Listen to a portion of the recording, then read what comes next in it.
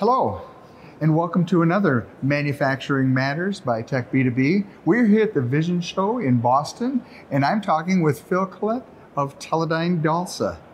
Welcome, Phil. Yeah, thank you, Good to see you.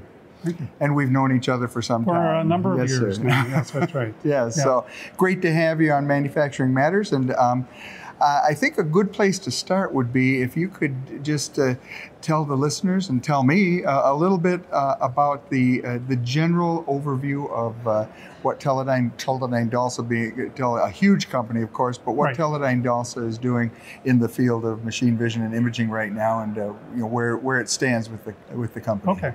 Well, for those of you who don't know, Teledyne is a large financial company, and they have a division they call Teledyne Imaging, which has a lot of different segments to it because they've gone on various acquisition sprees in the past. Mm-hmm. One of those acquisitions was Teledyne DALSA, or DALSA, mm-hmm. With expertise in line scan cameras and frame grabbers and software that are used very much in the manufacturing environment. Of course, we have also purchased E2V with expertise in image sensors. Most recently, about a year ago, we acquired FLIR, so they became Teledyne FLIR. With expertise in thermal, all things thermal, but they also had a division over in Vancouver who was also with expertise in machine vision for manufacturing. And where do you see the most recent movement in the area of imaging and cameras for manufacturing that Teledyne DALSA has been working strongly in, or really helping the manufacturing base to move their applications forward? Right, okay. That's a great question. So one of our strongest markets is in the semiconductor equipment market. We just had this panel discussion where we're talking about semiconductors. Semiconductors are ubiquitous, right? They are used everywhere. If you went back 20 years ago, they were not in cars. Now cars are full of electronics. Cameras, digital cameras, cell phones, they are just absolutely everywhere. So I was just speaking with someone else. By the year 2030, the expectation is that the semiconductor market will be about $1 trillion, which places it number 3, number 4 in terms of overall industries. That level of revenue is going to require a huge expenditure in infrastructure. That infrastructure will filter down to the requirements for equipment, for inspection equipment, lithography equipment, imaging equipment. So a lot of flow down from those investments. Absolutely. Right. And so we've been that's one of our largest markets, actually, is the semiconductor equipment market. So we don't sell to the TSMCs or the Intels or the Samsungs directly. We sell our stuff to people that make equipment, inspection equipment specifically, or manufacturing equipment. So they will utilize our products in their products. So we're kind of like the Intel inside, but we don't have DALSA inside or Teledyne inside, right? Yes. But we are core to their equipment.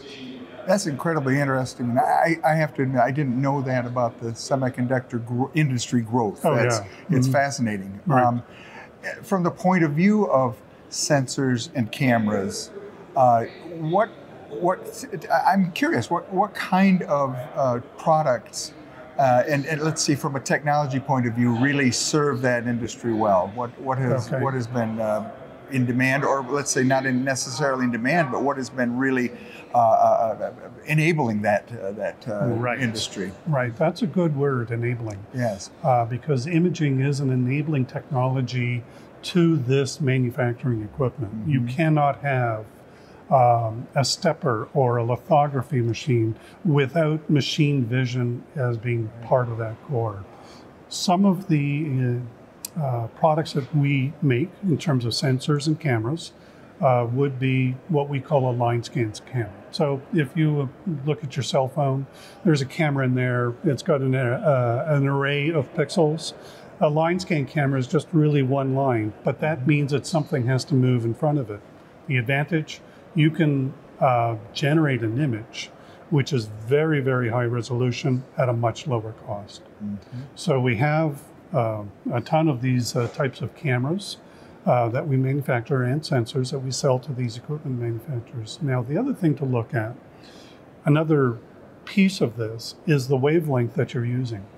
So we're looking at features which are so small that visible light will just go right around them. So you cannot see a defect. So that's where we have to get into UV sensitivity or deep UV sensitivity, or even now down at the extreme UV sensitivity. If you don't have sensitivity at those wavelengths, you will not be able to detect these defects. And so our customers are using this capability that we built into our sensors and cameras in order to build systems that find these defects. That's amazing. Yeah, that's really amazing. And of course, I have to say, I know that Teledyne DALSA is one of the leaders, if not the leader, of course, in line scan technologies. And that is an amazing, amazing marketplace to use that technology. But let me go a little bit further. We're here at the Vision Show, of course, and we talk about a broad scope of marketplaces, of course. Where do you see sensors? Actually, where do you see sensors moving, the movement of the sensors themselves in the marketplace? Because, of course, Teledyne deals with sensors of their own. In more of a general purpose context, how do you see the movement of the camera components within Teledyne DALSA in our marketplace? So getting outside of the semiconductor industry, which I think your question was, there's a number of other industries which are demonstrating very high growth these days. Utilize these sensors. One of those might be logistics. So COVID hits. We all turn to online shopping. There's an explosion in online shopping, right? Retail stores are closed. How do you get your goods? So that really drove a lot of building of infrastructure of logistics. With millions and millions of packages flowing through these facilities, you have to track them. You have to know where they are. That's a demand from the consumer as well. Where's my package? So with that comes sensors to pick up and read all of those barcodes. And there's a variety of different kinds of sensors that can be used for that. Again, the line scan sensors, but also the area scan sensors. So they're used quite a bit in the logistics. Another important market, which is also growing, is in agriculture and food production. Growing populations, we have to make food production much more efficient and safe and high quality. And so we see the movement of machine vision technology into the agribusiness, not only in post-harvesting in terms of filtering or getting rid of the bad product, but also during planting, during seeding, during the maintenance of fields, deposition of water, which is in many areas a very scarce resource. Where do I have to apply water? And where do I apply pesticides and herbicides? We don't want to broadcast this across the entire field. We want to use them selectively. So we see a lot of applications and a lot of growth in those types of applications. So some of the requirements there would be, again, hyperspectral or multispectral capabilities of the cameras and the sensors in order to pick up on specific wavelengths to differentiate in between what is a corn plant and what might be an invasive species. Right. Exactly. Yeah. I'm glad you mentioned that. We've heard a lot about the growth in demand in agriculture for quality inspection, for precision agriculture. That's I think that's a huge area. You mentioned multispectral and hyperspectral as well. Do you feel that those are those technologies have been around a while, of course. Yep.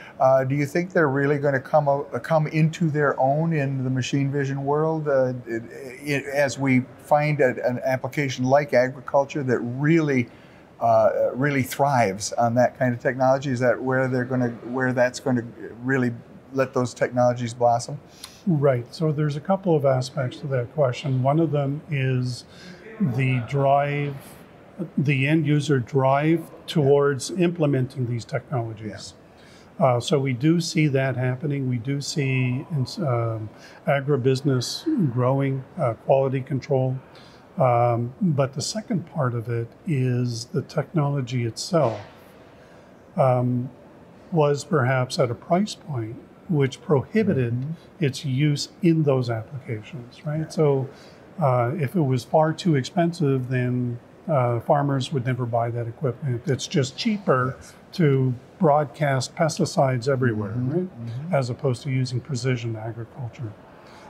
So we are looking at, with the advancements of technologies, making these technologies less expensive and therefore expand their market reach. Yeah. Marvelous. That's good to hear, and I think a boon for the industry as well. Definitely. Absolutely. And for humankind. Yeah, indeed. Indeed, yes.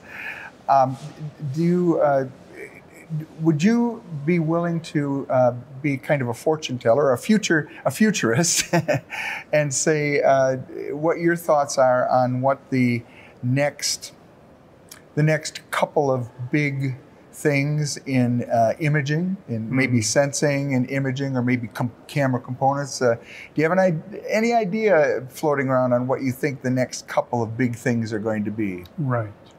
And I think we see it here at the Vision Show. It's all across the floor, which is AI or deep learning, or what is a neural network. This was also popular about 40 years ago. Yeah. And it took a deep dive because the implementation of that technology just wasn't ready.